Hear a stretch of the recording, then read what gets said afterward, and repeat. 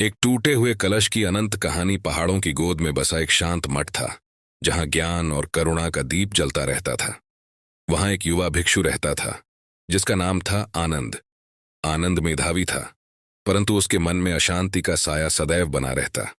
वह जीवन के उद्देश्य को खोज रहा था, एक ऐसी शक्ति जो उसे संसार के दुखों से ऊपर उठा सके। एक दिन मठ के बूढ़े गुरु ने आनंद को बुलाया और उसके हाथ में एक सुंदर चीनी मिट्टी का कलश दिया। यह कलश बिल्कुल सफेद था। उसकी बनावट ऐसी थी मानो वह हवा में तैर रहा हो।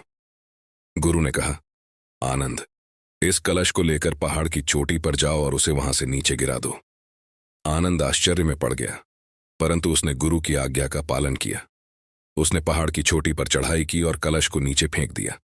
कलश टुकड़े टुकड़े होकर बिखर गया। आनंद निराश होकर गुरु के पास वापस आया और बोला, गुरुदेव, आपने मुझसे ऐसा क्यों करवाया?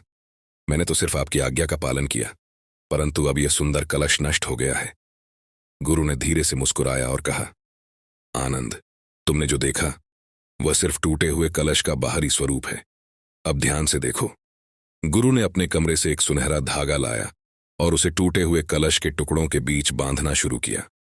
धीरे धीरे टुकड़े आपस में जुड़ते गए और कलश पहले से भी अधिक सुंदर और मजबूत बनकर सामने आया। गुरु ने आनंद की तरफ देखते हुए कहा, आनंद, जीवन भी इसी कलश की तरह है। कभी कभी दुखों और कठिनाइयों के रूप में हम टूट जाते हैं, परंतु यही वो समय है जब हम खुद को और अधिक मजबूत बना सकते हैं। हमें अपने अंदर की सुनहरी धागे को ढूंढना होगा, वही धागा जो हमारे टुकड़ों को जोड़ सकता है और हमें पहले से भी अधिक सुंदर और दिव्य बना सकता है। आनंद को गुरु की बातों से समझ आ गया।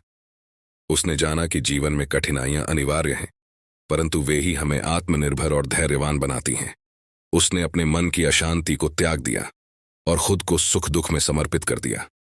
वह एक प्रबुद्ध भिक्षु बन गया, जो दूसरों के दुखों को दूर करने के लिए सदैव तत्पर रहता था।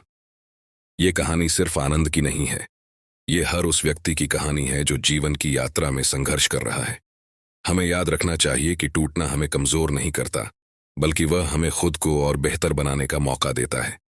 हमारे अंदर एक अनंत शक्ति है जो हमें हर चुनौती का सामना करने और एक सुंदर सार्थक जीवन जीने का बल देती है।